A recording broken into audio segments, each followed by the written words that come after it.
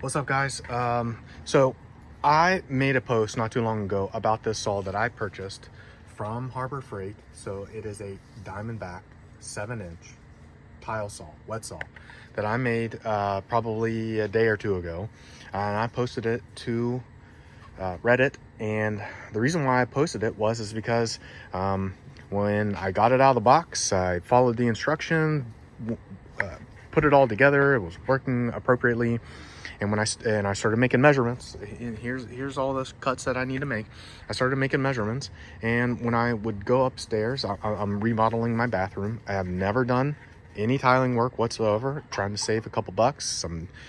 I've never tiled, never used a wet saw. I've used, I have table saws. I've got, I got chop saws, all that stuff, and I've used that for many moons before. So this is not my first rodeo using an actual saw, but this is my first time I've ever tiled and used a wet saw. Well, anyway, I ended up purchasing this from Harbor Freight.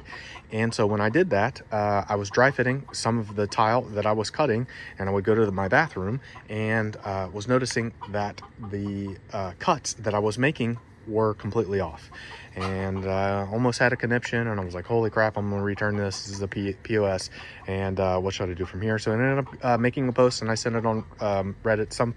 Some people are just absolutely nerds, and they're like, oh, you just bought some China piece of stuff and whatever. And whatever, for me, I've bought a lot of Harbor Freight tools, and in my opinion, and in my experience, I've got a lot of tools that I purchased there. And I also have a bunch of DeWalt tools and Milwaukee and all the other stuff, and I've purchased all those. But sometimes saving a couple bucks, I've not really had a bad experience with Harbor Freight tools. Anyway, let's get back to the saw. The reason why I'm making this post is because I'm going to tell you how exactly I ended up truing my saw to make perfect cuts. Okay, so I already had this 12-inch square, and I saw some people, and I couldn't find a video on YouTube or anywhere else telling me how to do this, or how someone else ended up doing this. And I saw people who had DeWalts and Ryobi's and all that kind of stuff, but I didn't see any videos about this saw in particular. So I mean, the same principles still apply, but I noticed that some DeWalt tools, there's like some mechanism that's on the other side that moves the rails. So anyway, what I ended up doing is I used this, and I saw some people, and they were like, oh yeah, we'll just take your square, blah blah blah, put it up there, and if it touches and it goes whatever, then it's true and it's square, it's whatever. Well, I'm a complete idiot apparently, and that wasn't working for me. So the first thing that I ended up doing, and one of the things that I would tell you to do would be to, on the back of this machine, there's this screw right here, and then there's this one right here. Okay, right there. Where's it at? Right there. So I ended up adjusting that screw. What you'll do is bring the nut down, adjust the screw, and then once you find what will end up happening is it will tilt this blade like this. Okay, so once you find your center right there, then you just move your nut all the way to the top, and then cinch that down. Same thing on the other side. And for the people who are wondering, hey, how come my water is red? Is because I just purchased this brand new pearl blade for some of the recommendations that was on the internet. And I don't know, yes, I've got a bunch of tile over here, but I don't know, I ended up cutting this brick, and that's why my water is red. Well, anyway, this is how I did it, and this took me about 3.5 hours and a couple beers to actually have this aha moment. Well, what I ended up doing is you'll notice that there are these 6mm bolts, and your Allen key, it does not fit that. So you're going to actually have to have one or purchase one yourself.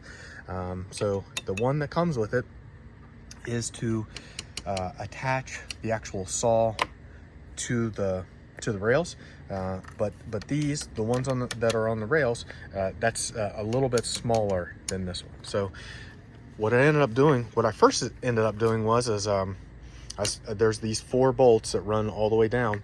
And for some of you who are saying, oh, well, why aren't you just showing me exactly, you should be just showing me what to do instead of just narrating what I did. Well, again, I have to reiterate, this is the first time I've ever tiled. This is the first time I've ever used a wet saw. I've got this thing true.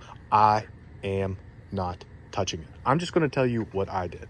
So what I should be doing is move this rail and this rail. And I started moving these back and forth. And what you'll notice is once you get these unscrewed, you know, they actually have, I don't know, probably a 1/4 of an inch, if not more, maybe a 1/2 inch. I wouldn't probably say that, but it's got some play. So, you know, these rails can move.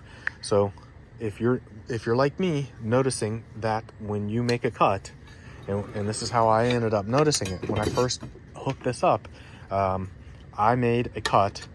You know, I would make a cut.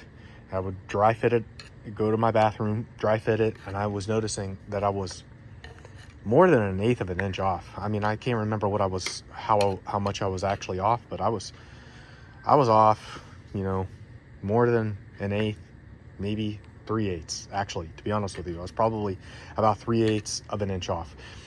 So this is a 12-inch tile that I'm using for my bathroom, and so I came out here, and someone on the forum said, hey, you know, not only do you have to true the blade, but you got to true your rails. And I've never done this before, so what I ended up doing is I started moving this rail, but this rail doesn't really matter. What you can see is that this wheel, it just glides right down this rail. But what you will notice on the left side is that this wheel actually cups to the rail. So for me, what I ended up finding out is no matter what I did to this rail, this is the rail that I ended up really needed to manipulate. So I just cinched this back down. I flushed this up against this metal piece here, and I just cinched these all the way down. And then what I ended up doing is completely getting all 4 of these completely out.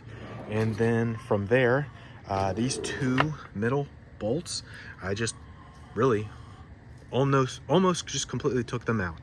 And this back bolt, this one underneath the saw, I just, you know, put some tension on it, but I could still manipulate this one back and forth. And so what I ended up doing is I said, you know what, I'm going to make a mark. This is going to be a factory edge, and I'm going to measure my distance arbitrarily here. And this is what I ended up doing. So I took a factory edge, took a China marker, drew a line. Same thing on the other side. Factory edge, made a mark, and drew a line.